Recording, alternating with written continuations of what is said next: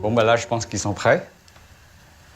Donc là, on, Voilà. oui, On va commencer à baisser le feu. faire attention de ne pas se brûler avec la vapeur. Oh là là, ils sont beaux.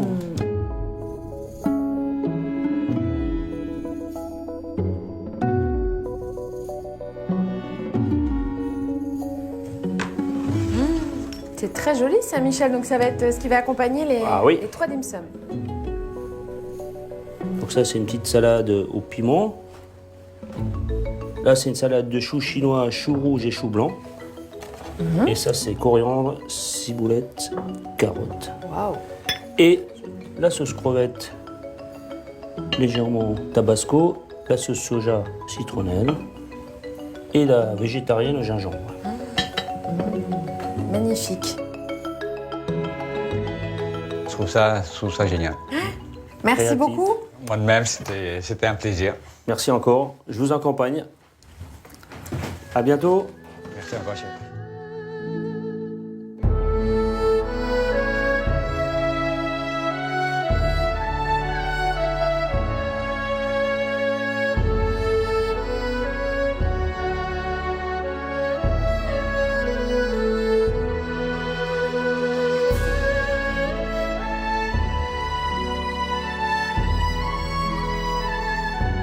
Michel, je vais vous présenter nos invités ce soir. Donc Danielle Elisseff, vous êtes historienne et spécialiste du patrimoine et de l'histoire de l'art chinois. Oui. Chen Zhao, vous êtes propriétaire du restaurant pékinois Les Jardins de Mandchourie. Oui, dans le 12e à Paris. Oui. Donc on attend avec impatience les œuvres artistiques de Michel. Et Ucho, vous êtes auteur et conférencier sur la culture chinoise. Oui, ça fait plus de 14 ans que je vis en France et ce soir, je vais découvrir la gastronomie chinoise, mais faite avec un grand chef français.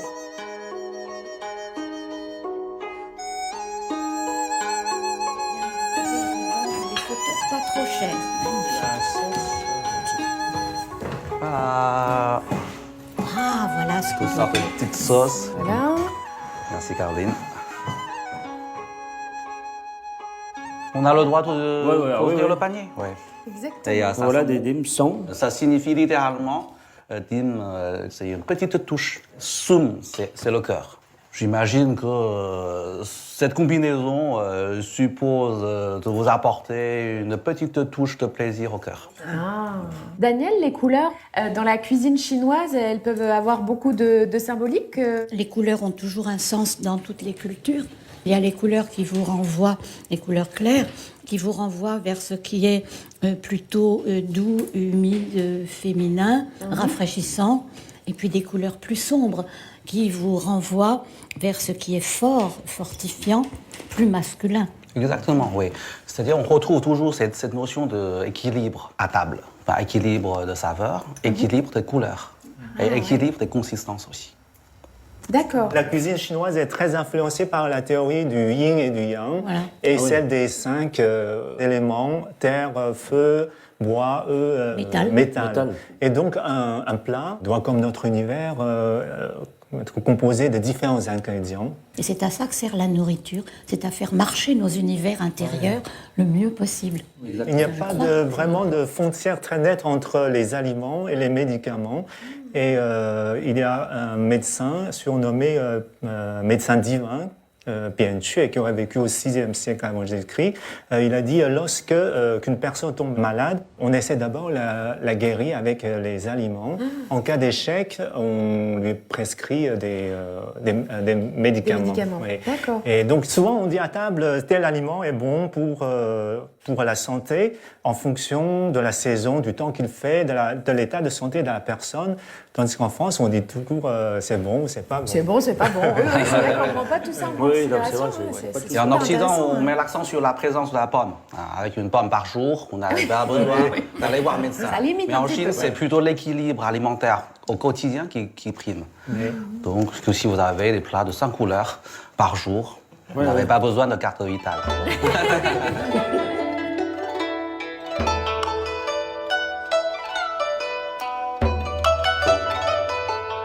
Dans la théière, c'est un bouillon, Michel? C'est le bouillon de canard avec les légumes légèrement acidulés. Alors, on va mettre déjà la sauce soja revisitée. Petite branche de chou chinois avec Les champignons noirs, un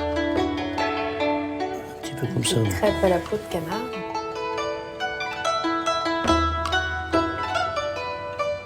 C'est très élégant en tout cas. Le bouillon est brûlant.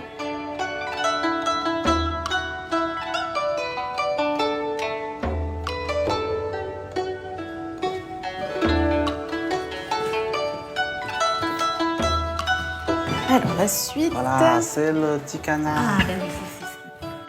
Et voilà C'est le le canard. vilain petit canard. Le vilain petit canard en 3 façons. Hein. Ce qui m'impressionne dans la cuisine française, c'est toujours d'avoir des dessins au moment où on sert un plat dans l'assiette. C'est toujours un petit dessin assez coloré, équilibré, avec des produits naturels. Donc le canard, vous avez les crêpes de riz avec la peau de canard à l'intérieur. La peau est à Elle a l'intérieur. un peu à l'intérieur, il y en a aussi dessus, mais il y en a dedans. Et avec la carcasse, j'ai fait un bouillon. C'est le bouillon. Donc vous pouvez vous servir Très bien. au fur et à mesure pour qu'il reste bien chaud. Et... Mais c'est vraiment très original. Le premier restaurant en fait, spécialisé en canard laqué a été ouvert au XVIe siècle à Pékin. Et au début, on y proposait seulement 4 recettes. Il y a le canard laqué, bien sûr. Ensuite, il y a foie de canard sauté et œuf de canard battu et cuit à la vapeur. Et le dernier, c'est une soupe de carcasse de canard. D'accord. D'accord.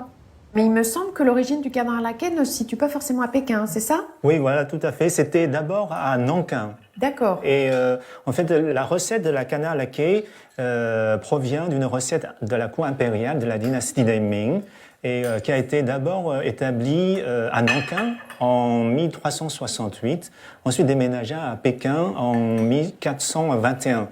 Où ce plat a acquis ses lettres de noblesse. On connaît le succès, enfin c'est ça, hein, Oui, le oui, canard oui. laqué aujourd'hui est un plat toujours, enfin c'est toujours un monument de la haute cuisine chinoise, Oui. toujours considéré comme ça aujourd'hui. En fait, le canard laqué doit être, à mon avis, devrait être une appellation protégée. Oui, oui, je suis Ouais. assez d'accord. C'est-à-dire, c'est Une comme, c'est comme, recette, voilà, exactement, c'est comme en France. N'importe quel vin mousseux Oui. Oui, oui. fait avec du chardonnay ne pourrait pas être qualifié de champagne. Enfin, le canard laqué, c'est pareil. On doit utiliser absolument le canard pékinois. C'est un canard assez gras qu'on ne pourrait pas manger autrement.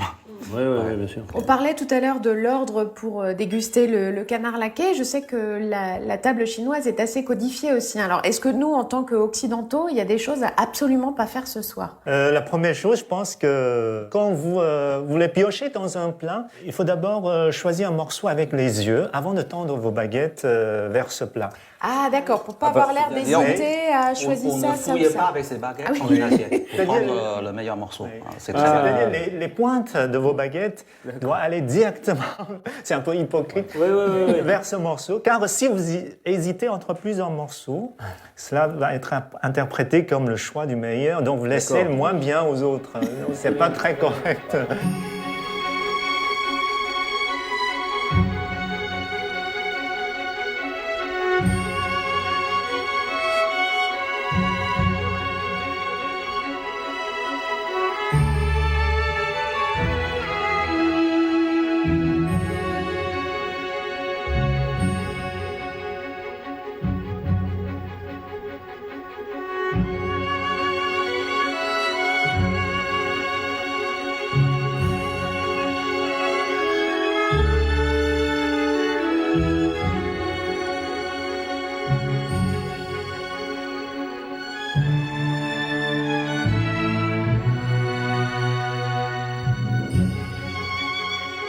Et ben voilà. Voilà. C'est joli. Encore une fois, Alors jolie couleur. Oh là là. Couleur magnifique de C'est quoi comme fleur? C'est plutôt.